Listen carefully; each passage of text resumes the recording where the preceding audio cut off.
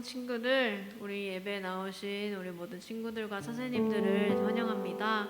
우리 오늘도 잠에서 깨어서 또 자리를 잘 정돈하고 우리 예배 자리로 나아갔으면 좋겠습니다. 우리 이 시간에도 함께 손뼉 쥐고 찬양하면서 우리 하나님, 우리 주님을 함께 찬양하도록 하겠습니다.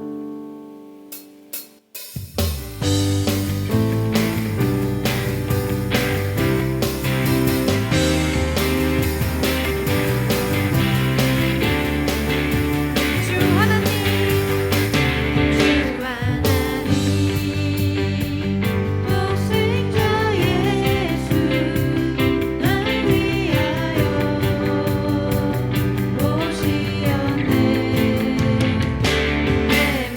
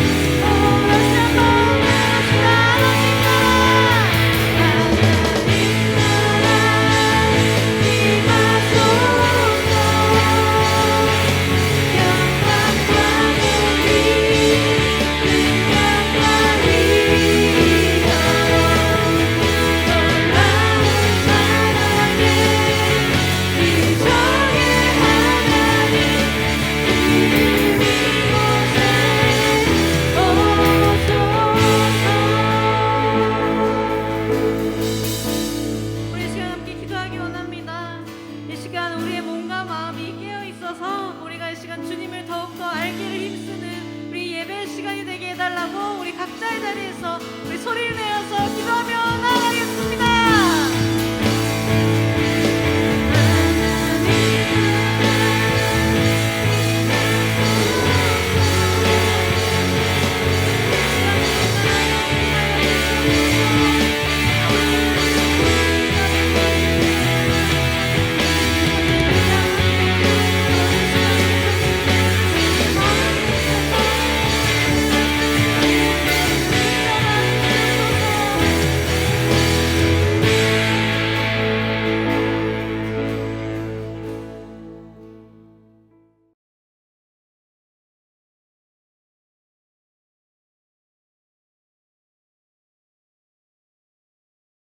예수께서 이 말씀을 하시고 예루살렘을 향하여 앞서서 가시더라. 감람원이라 불리는 산 쪽에 있는 벳바게와 베다니에 가까이 가셨을 때 제자 중 둘을 보내시며 너희는 맞은편 마을로 가라. 그리로 들어가면 아직 아무도 타보지 않은 나귀 새끼가 매어 있는 것을 보리니 풀어 끌고 오라. 만일 누가 너희에게 어찌하여 푸느냐 묻거든 말하기를 주가 쓰시겠다 하라. 보내심을 받은 자들이 가서 그 말씀하신 대로 만난지라. 나귀 새끼를 풀 때 그 임자들이 이르되 어찌하여 나귀 새끼를 푸느냐? 주께서 쓰시겠다. 그것을 예수께로 끌고 와서 자기들의 겉옷을 나귀 새끼 위에 걸쳐놓고 예수를 태우니 가실 때 그들이 자기의 겉옷을 길에 펴더라. 이미 감람산 내리막길에 가까이 오심에 제자의 온 무리가 자기들이 본 바 모든 능한 일로 인하여 기뻐하며 큰 소리로 하나님을 찬양하여 찬송하리로다. 주의 이름으로 오시는 왕이여, 하늘에는 평화요 가장 높은 곳에는 영광이로다. 무리 중 어떤 바리새인들이 말하되 선생이여, 당신의 제자들을 책망하소서. 내가 너희에게 말하노니 만일 이 사람들이 침묵하면 돌들이 소리 지르리라. 네, 우리 고등부 친구들 일주일 동안 잘 지냈습니까? 특별히 이번 주에는 추석 연휴였죠. 공부하는 시간 가운데 또 오랜만에 또 친지들을 찾고 가족들 함께 모여서 쉬는 시간, 또 맛있는 것도 먹는 시간, 여러분에게 조금 더 쉼을 누리는 시간이 되었나 모르겠네요. 물론 수험생 친구들은 추석을 보낸다는 것이 또 한편으로는 부담이 될 수 있었겠지만 우리 민족의 고유의 명절, 코로나의 어려운 상황 속에서도 우리에게 조금이라도 위로가 되었던 함께하는 그런 즐거움, 사람들을 만나는 기쁨의 시간이 되었을 거라고 믿습니다. 자, 이제 벌써 9월이 지나고 9월 마지막 주일입니다. 이제 1년이 벌써 3개월밖에 안 남았네요. 시간이 정말 빠르게 지나갑니다. 우리가 9월을 마무리하면서 이제는 가을을 준비하면서 우리가 그동안 열심히 살아왔잖아요. 가을의 열매가 우리 안에 조금씩 보여줄 수 있는 그런 기대가 되는 시간이었으면 좋겠습니다. 자, 오늘은 수련회의 마지막 주일입니다. 원래는 지난주에 끝났어야 하는데 좀 더 수련회를 한 주 더 연장해서 오늘은 예배 끝나고 나면 퀴즈 시간을 가지려고 해요. 우리 친구들이 가지고 있는 그런 고민들을 좀 더 오픈해서 우리가 서로 그 친구들의 조언에 우리가 같이 충고도 하고 좋은 아이디어 나눠주고 그래서 우리 안에 그런 우정을 또 만들어가는 귀한 시간 됐으면 좋겠습니다. 자, 예배 끝나고 우리 퀴즈 기대해 주세요. 자, 그리고 오늘 저녁 7시에 오늘 본당에서 청소년 집회가 있습니다. 우리가 계속 연기돼서 결국 이번 달 하게 되는데요. 중간 지필고사를 준비하는 우리 친구들 또 시험을 준비하는 부담이 있지만 여러분 열심히 공부하고 저녁에 우리 모여서 본당에 모여서 함께 즐겁게 찬양하고 예배하고 또 기도하면서 성령의 충만함을 경험하는 그런 우리의 마음을 만지고 인도하시는 하나님의 그 섬세한 손길, 그 뜨거운 역사를 우리 경험했으면 좋겠습니다. 오늘 하나님이 역사하시고 일하십니다. 여러분 그 현장 가운데 오셔서 함께 예배했으면 좋겠습니다. 자, 오늘은 누가복음 마지막 시간입니다. 우리가 지난 5월부터 4개월 동안 누가복음을 쭉 살펴봤는데요. 예수님이 이 땅에 오셨고 이 땅에서 어떻게 살아가셨고 또 우리를 어떻게 부르셨는지 여러 가지 과정을 살펴봤습니다. 오늘 누가복음 마지막을 나누면서 예수님이 보여주신 그 삶, 또 우리가 어떠한 모습으로 살아야 할지 함께 말씀 읽고 도전받고 또 결단하는 시간이 됐으면 좋겠습니다. 네, 오늘 말씀 제목은 나귀 새끼를 타신 예수님입니다. 여러분, 대통령 선거가 다가오면 대통령 후보들이 곳곳을 방문하죠. 자, 근데 만약에 한 대통령 후보가 가난한 사람들이 모여 사는 달동네에 방문했는데 손에는 금팔찌를 두르고 금목걸이를 두르고 또 고급 외제 승용차를 타고 또 멋진 수제로 만들어진 양복을 입고 등장했다면, 그리고 그 사람들과 악수하면서 아이고 힘드시죠? 제가 여러분의 상황을 너무 잘 압니다라고 말한다면 그 사람들의 마음은 어떠할까요? 만약에 초등학교 때부터 전국 1위를 찍고 그렇게 중학교, 고등학교를 졸업하고 서울대학교도 조기 입학해서 조기 졸업하고 20살에 하버드대학교 박사학위를 딴 사람이 여러분에게 와서 여러분 입시 준비하느라 고생이 많으시죠? 아유, 제가 여러분 마음을 잘 이해합니다라고 말한다면 여러분의 마음은 어떠겠습니까? 저라면 진짜 웃기시네. 와, 당신이 내 상황을 안다고? 이런 반응이 나올 것 같아요. 오늘 본문을 보면 바로 이것과 반대되는 상황이 등장하죠. 예수님의 삶은 크게 세 가지로 나눠집니다. 첫 번째 어린 시절 예수님, 두 번째 3년 동안의 그 사역하시는 시간, 마지막은 십자가에서 죽으심과 부활이죠. 오늘 본문은 두 번째와 세 번째 사이에 있는 본문입니다. 오늘 본문을 통해서 우리가 세 가지 흐름을 살펴보려고 해요. 세 가지 흐름을 보면서 예수님이 이렇게 살아가셨구나. 그러면 우리가 예수님을 따르는 사람으로서 어떻게 살아야 하나 도전되는 시간이 됐으면 좋겠습니다. 우리 먼저 28절 말씀을 같이 읽겠습니다. 시작. 예수께서 이 말씀을 하시고 예루살렘을 향하여 앞서서 가시더라. 아멘. 첫 번째 흐름은 예수님은 예루살렘으로 올라가셨다는 것입니다. 당시 예루살렘이 갖는 의미는 무엇일까요? 아마 대한민국에서 서울이 갖는 의미와 비슷했을 것입니다. 대한민국에서 서울은 문화의 중심지, 정치의 중심지이죠. 또 성공과 출세의 중심지입니다. 그렇기 때문에 당시 이스라엘에서도 예루살렘은 로마 총독이 살고 있던 곳이기 때문에 정치의 중심지였죠. 또 성전이 있는 곳이기 때문에 종교의 중심지였고 문화의 중심지였습니다. 또한 사람들이 출세하기 위해 성공하기 위해 사람이 아마 예루살렘으로 몰려 들어왔겠죠. 예루살렘은 그런 중요한 의미를 가진 도시였습니다. 그런데 예수님께서 예루살렘으로 올라가시잖아요. 예루살렘에 올라가시는 의미가 무엇일까요? 여기서 예루살렘에 올라간다고 말한 것은 예루살렘이 다른 도시들보다 고지대에 있었기 때문에 예루살렘으로 올라간다고 표현을 했습니다. 예수님께서 예루살렘에 올라가신 이유는 두 가지로 볼 수가 있죠. 첫 번째는 메시아로 오신 예수님이 예루살렘에 당연히 가셔야 한다는 것입니다. 당시 이스라엘 사람들은 메시아를 기다렸어요. 이 로마의 압제에서 벗어날 수 있는, 해방시킬 수 있는 그 누구인가, 그 메시아가 오실 것이다. 그 메시아가 예루살렘으로 오실 것이다. 우리의 왕이 되어 우리를 해방시킬 것이다. 그래서 예수님께서 예루살렘에 들어가실 때 많은 사람들이 오 호산나 다윗 자손이여 우리의 왕이시여 하면서 환호하고 환영했죠. 두 번째는 구원자로 오신 예수님이 당연히 가셔야 하는 곳입니다. 예루살렘은 이스라엘의 중심지입니다. 성전이 있는 곳이죠. 그래서 우리의 죄값을 대신 치르고 죽으시기 위해, 어린 양이 되어 죽으시기 위해 예루살렘 성전이 있는 그 예루살렘에 오셔서 십자가에 못 박혀 죽으시고 부활하시죠. 그래서 예루살렘은 예수님에게 있어서 비전의 땅이었습니다. 가셔야 하는 곳, 구원을 완성하기 위해 가셔야 하는 곳이었죠. 여러분에게 있어서, 우리 선생님들에게 있어서 예루살렘은 어떤 곳입니까? 여러분의 비전의 땅은 어디입니까? 우리가 그 예루살렘을 빨리 찾아볼 수 있기를, 그 비전의 땅을 찾을 수 있기를 소망합니다. 두 번째 흐름이 또 있죠. 29절 말씀을 같이 읽겠습니다. 시작. 감람원이라 불리는 산 쪽에 있는 벳바게와 베다니에 가까이 가셨을 때에 제자 중 둘을 보내시며, 두 번째 흐름은 예수님은 가난한 사람들의 동네로 들어가셨다는 겁니다.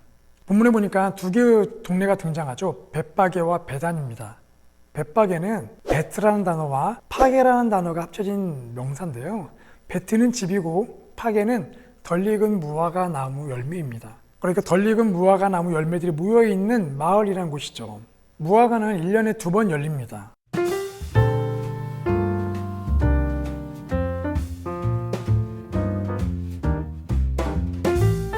첫 번째 열리는 무화과 나무는 덜 익은 열매이죠. 그래서 작고 맛도 없고 볼품도 없어서 상품성이 없어요. 팔 수가 없습니다. 그래서 그 무화과 나무 열매 주인들은 그 열매를 따지 않죠. 대신에 가난한 사람들이 그 열매를 따먹었습니다. 배고픈 서민들이 먹었던 주 음식이었죠. 주인들은 그 열매를 왜 따지 않았나? 사실 그 열매를 따야 다음에 두 번째로 풍성한 결실이 좋은 열매가 맺히는데 굳이 그 열매를 따지 않아도 배고픈 사람들이 따먹기 때문에 그냥 놔뒀던 것이죠. 그래서 벳바게에는 가난한 사람들이 많이 살고 있었죠. 또 베단이라는 동네가 등장합니다. 이 동네는 문둥병자였던 나사로가 살았던 집이죠. 그러니까 그 당시 그곳에는 한센인들이 살았던 동네이기 때문에 여전히 그곳에도 가난한 사람들이, 못 사는 사람들이 모여 살았던 동네인 것 같아요. 그런데 예수님께서 예루살렘을 올라가실 때에 그 가난한 사람들 동네로 지나가시죠. 당시에는 가난한 사람들은 죄인이라는 인식이 있었습니다. 죄인이기 때문에, 하나님께 죄를 지었기 때문에 가난해졌다는 거예요. 반면에 부자는 하나님께 복을 받았기 때문에 그런 부자가 되는, 잘 사는 일들이 생겼다는 것이죠.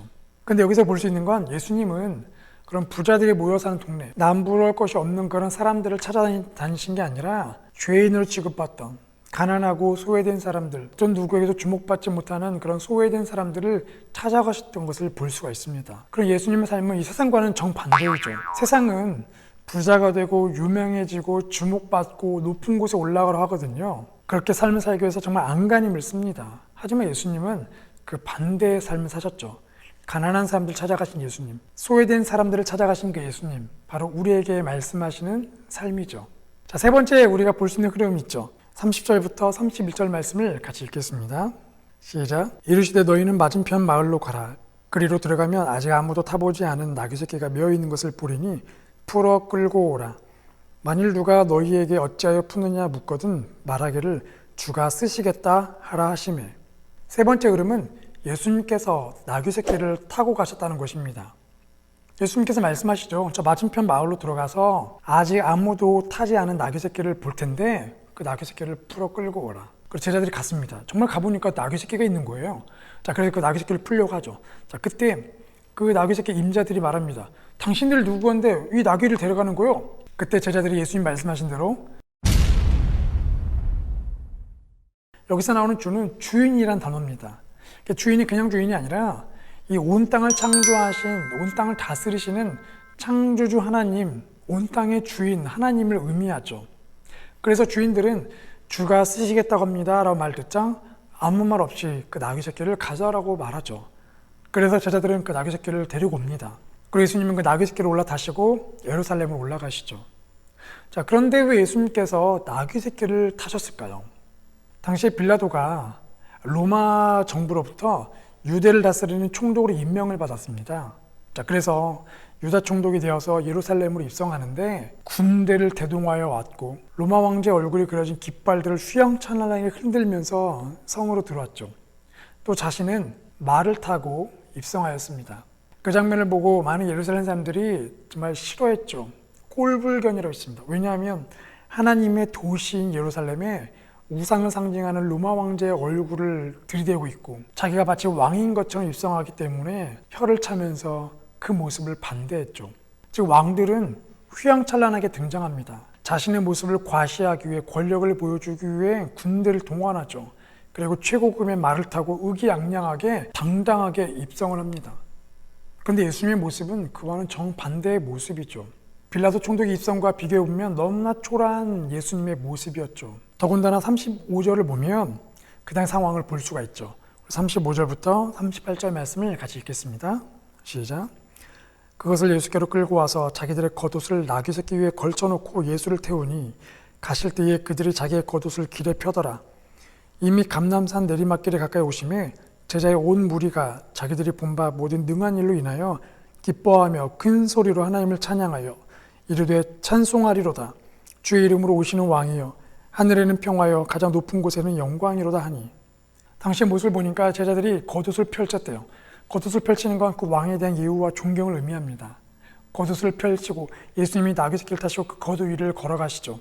또 자기들이 보았던 그 능한 일들, 죽은 자를 살리고 병자를 고치고 소외되고 외로운 자들을 친구하신 그 예수님의 사역이 메시아의 사역이다. 그래서 메시아이신 예수님, 왕이신 예수님, 왕이시 오시옵소서 박수를 치며 예수님을 환호하죠. 또 당시에 이스라엘의 가장 큰 명절이 유월절이었는데 유월절을 지키기 위해 많은 사람들이 예루살렘에 모여왔었기 때문에 그 인파까지 더 했던 것 같아요. 자, 그럼에도 불구하고 예수님은 그런 이스라엘 무리들의 환영 속에서 왜 나귀 새끼를 타셨나? 스가랴 9장 9절을 보면 이런 말씀이 있죠. 우리 함께 같이 읽어보겠습니다. 시작. 시온에 따라 크게 기뻐할지어다. 예루살렘에 따라 즐거이 부를지어다. 보라, 내 왕이 내게 임하시나니 그는 공의로우시며 구원을 베푸시며 겸손하여서 나귀를 타시나니 나귀의 작은 것 곧 나귀 새끼니라. 이미 예수님이 태어나시기 전에 구약에서는 예수님이 나귀 새끼를 타고 들어오실 거라고 예언했습니다. 겸손하여서 나귀 새끼를 탔다. 본문에 보니까 이 겸손이라는 단어가 humble이라는 단어가 아니더라고요. 그러니까 겸손해서 아유 제 주제에 무슨 말을 탑니까? 아유 저는 괜찮습니다. 아유 아니에요. 그런 humble이 아니라 lowly라는 단어입니다. 자신을 낮추었다. 그러니까 이 세상의 어떤 왕과도 비교할 수 없는 하늘의 왕이세요. 이 땅을 다스리는 분이신데 그 신이신 예수님께서 신의 모습을 버리고 낮고 낮은 인간의 모습으로 입고 인간의 땅에 오셔서 그 인간들과 함께 살아가시는 것, 그렇게 자신을 낮추신 거예요. 신분을 낮추신 겁니다. 더군다나 그 신분을 낮춰진 걸로 모자라서 말이 아니라 가난한 사람들 타는 그 나귀 새끼를 타고 예루살렘 성에 입성하셨다는 겁니다. 제가 대학생 때 한양대학교에서 한 큰 선교대회가 있었습니다. 2박 3일로 열렸었는데 그 선교대회를 참석하다가 중간에 좀 지루해서 밖에 나와서 이렇게 벤치에 앉아 있는데 한 선교사님께서 저에게 다가오셨어요. 그래서 그 선교사님과 이런저런 얘기를 하면서 저도 언어를 배우고 언어를 만들어서 성경을 번역하는 그런 사역하고 싶네요. 막 이런 얘기를 나눴습니다. 그리고 나중에 그 선교사님이 저에게 선교에 관련된 책을 몇 권을 보내주셨습니다. 그 중에 하나가 밀림 속의 십자가라는 책이었어요. 이 책은 브루스 올슨 선교사님의 이야기가 담겨있는 책인데 어릴 때 그 교회에서 한 선교사님의 간증을 듣습니다. 그 이야기를 듣고 너무나 마음에 감동을 받아서 19살 때 대학교를 미처 마치지 못한 상태에서 부모님 허락도 받지 않고 콜롬비아에 있는 모델론 부족들이 사는 인디언 마을로 들어가요. 잔인하고 냉담하고 아주 쌀쌀맞은 부족인데 그 부족의 복음을 전하러 들어갑니다. 보통 선교사님들이 들어오면 이 선교사들은 그 땅의 문화를 서양의 문화로 바꿔갑니다. 서양 우월주의 의식이죠.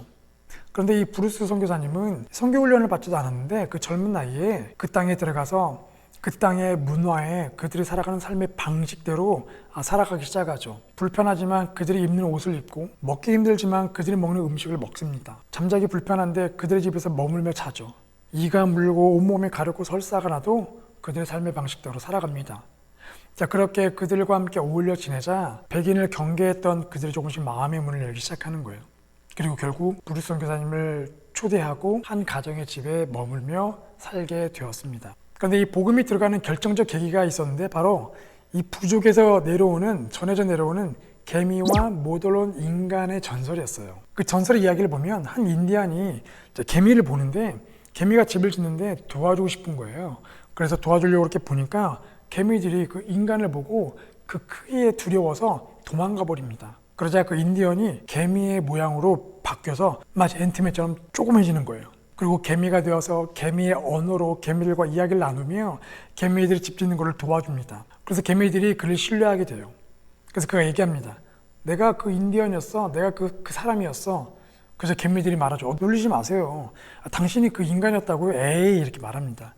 자, 그때 그 인디언이 다시 개미의 모습에서 인디언의 모습으로 바뀌죠. 그제서야 개미들이 놀랍니다. 정말 당신이 그 사람이었군요. 그래서 모든 인디족이 다시 흙더미를 도와주며 개미들의 집을 마무리할 수 있도록 도와주죠. 브루스 올슨이 이 전설을 듣자마자 여러분 바로 그게 예수님입니다. 그 인디언이 예수님입니다. 예수님은 하늘의 왕이신데 하늘의 신이신데 하나님의 아들이신데 여러분을 구원하기 위해서 이 땅에 오셨어요. 인간의 몸으로 오셨습니다. 여러분과 같이 되셨죠. 그래서 여러분처럼 화살을 쏘면서 여러분과 함께 똑같이 먹고 자면서 여러분과 함께 생활하셨고 여러분을 구원하신 겁니다. 즉 성육신, 인간의 몸으로 낮고 낮은 이 땅에 오신 그 예수님의 이야기를 그 전설을 통해 전하게 되었던 것이죠. 여러분 예수님이 나귀를 타신 이유가 바로 이것입니다. 만약 예수님이 말을 타고 등장하셨다면 휘황찬란하고 의기양양하게 입성하셨다면 아마도 상위 1%의 부자들 정말 떡떡대며 살아가는 그 사람들만 구원받지 않았을까요? 아니 생각해보면 예수님은 말 타러 오시지도 않았을 겁니다. 내가 왜 저 인간들을 구원해? 자기들 죄 짓고 자기들이 지옥 가는 건데 자기들 지은 죄값 자기들 처리하라고 해. 알아서 하라고 해. 아마도 이 땅에 아예 오시지 않았을 겁니다. 그럼 우리는 그냥 끝이죠. 근데 예수님께서 이 땅에 오셨습니다. 그리고 지극히 낮고 낮은 나귀 새끼를 타시며 자신을 낮추시며 우리의 삶으로 들어오셨죠. 그래서 우리가 이렇게 구원받고 예배를 드리고 있는 거 아니겠습니까? 그래서 우리가 이렇게 믿음의 친구를 사귈 수 있는 귀한 공동체에서 선생님과 함께 하나님의 나라를 배워가며 사는 거 아니겠습니까? 여러분, 우리가 예수님을 따르기로 결정한 그 순간부터 우리는 쉽지 않은 삶을 살고 있습니다. 세상은 우리에게 성공하라고 말해요. 명성 있는 대학 가라고 말합니다. 돈을 많이 벌고 유명해지라고 말합니다. 그렇게 사는 삶, 상위 1%의 삶을 향해 올라가라고 말합니다. 여러분, 우리가 돈을 많이 벌고 좋은 대학 가고 좋은 직장 취업하는 거 나쁜 게 아니에요. 중요한 건 왜 그렇게 사느냐입니다. 비록 쉽지 않은 삶이지만 우리가 오늘 본문을 통해 본 것처럼 우리는 예수님의 삶을 따라가야 돼요. 우리를 구원하신 이유는 바로 그 예수님을 따라가는 삶, 제자의 삶을 살아가러 우리를 부르신 겁니다. 그 제자의 삶을 살아갈 때에 브루스 선교사님 한 분의 인생의 삶을 통해 이 모델론 부족들이 예수님을 받아들이고 구원받은 것처럼 오늘 우리의 삶을 통해 그 누군가 한 명이 하나님을 알고 인생의 변화를 경험할 수 있기를, 진짜 의미를 알게 되기를, 구원받기를 원하세요. 또 우리를 통해 한 학교가, 한 학급이, 한 직장과 일터가, 이 도시가 변화되기를 원하십니다. 그래서 우리가 우리의 권리를 내놓고 다른 사람을 살리기 위해 돕기 위해 공부하는 거죠. 대학 가는 겁니다. 돈을 버는 겁니다. 그런 선한 영향력을 끼치는 거죠. 여러분, 우리가 타야 할 나귀, 우리가 찾아갈 그 벳바게와 베다니 사람들, 또 예수님이 예루살렘 올라가신 것처럼 우리가 올라갈 그 예루살렘을 찾기를 소망합니다. 우리의 청소년 시기에 하나님 주신 그 비전을 찾는 우리의 인생 되기를 소망해요. 그래서 정말 시간 낭비하지 않고 우리의 오늘 하루 삶을 통해서 그 비전을 찾아간 여정을 통해서 선한 일들이, 기적들이 우리의 삶에서 일어나길 소망합니다. 또 우리 선생님들 삶을 통해서도 고등부 친구들이 하나님 만나고 또 일터와 가정이 변화되기를 소망하고 축복합니다. 우리 같이 함께 기도하겠습니다. 기도할 때에 하나님, 저에게도 비전을 보여주십시오. 나귀 새끼를 탈 수 있는 용기를 주십시오. 제가 도와야 할 벳바게와 베다니 사람들을 보여주셔서 우리가 순종을 공부하고 미래를 준비하는 여정이 분명한 방향과 목적을 가진 비전을 준비하는 여정이 되게 달라고 우리 저희 삶을 위해서 기도하고요. 또 한 가지 시험 준비하고 있습니다. 우리 1, 2학년 친구들 주님 지혜를 주시고 지혜와 명철을 주십시오. 또 우리 수험생 친구들 수능을 마무리하고 정시를 준비하는 그 수능을 준비하는 이 여정 속에서 그 흐름을 놓치지 않도록 지혜를 주시옵소서. 우리 같이 함께 기도하겠습니다.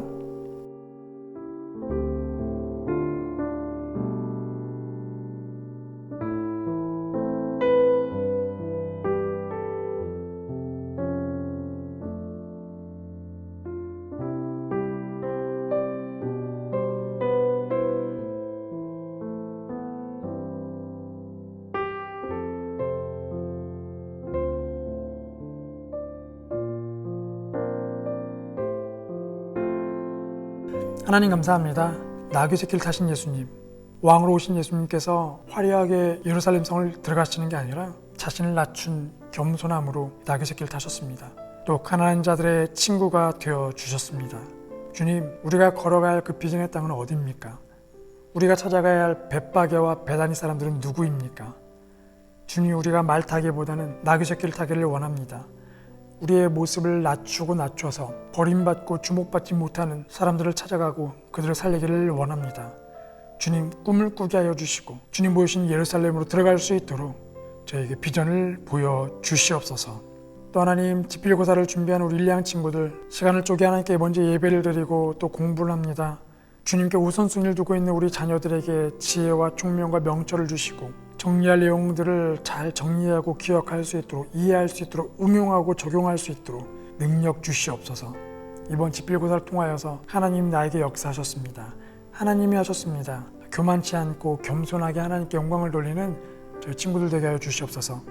우리 수험생 친구들 수능을 또 준비합니다. 최저를 맞추는 친구들, 또 논술을 준비한 친구들, 정시를 준비한 친구들, 또 예체능을 준비한 친구들 다양하지만 하나님 지혜를 주시고 체력과 능력 주시고 끊임없이 하나님께 기도하고 하나님의 도움을 구하면서 입시를 마무리할 수 있도록 도와주시옵소서. 우리 선생님들 오늘 말씀을 기억하며 우리 고등부 친구들을 살리는 삶, 또 부르신 일터와 가정에서 그 비전의 땅 예루살렘 안에서 나귀 새끼를 타며 걸어가고 살아가고 영향을 끼치는 거룩한 구별된 삶을 살아갈 수 있도록 능력 주시옵소서. 이제는 우리의 구원자이신 예수 그리스도의 은혜와 우리의 아버지이신 하나님의 그 크신 사랑과 우리 안에 계신 성령님의 충만하신 은혜가 오늘 말씀을 기억하며 우리를 부르신 예루살렘을 발견하길 원하고 내가 찾아가야 할 벳바게와 베다니 사람들을 발견하며 나귀 새끼를 타고 겸손함으로 하나님의 꿈을 비전을 이루기를 소망하는 우리 고등부 친구들 선생님들 머리 위에 우리 고등부 공동체 위에 영상으로 예배를 드리는 가정 위에, 또 이 나라 위에, 또 아프간 사람들 그 땅 민족 위에, 한국에 들어와 있는 아프간 주민들 위에, 또 선교사님들의 삶과 사역 위에 이제부터 영원토록 함께 하시기를 간절히 축원하옵나이다. 아멘. 예배를 마쳤습니다. 이번 일주일간 또 승리하는 삶을 사십시오.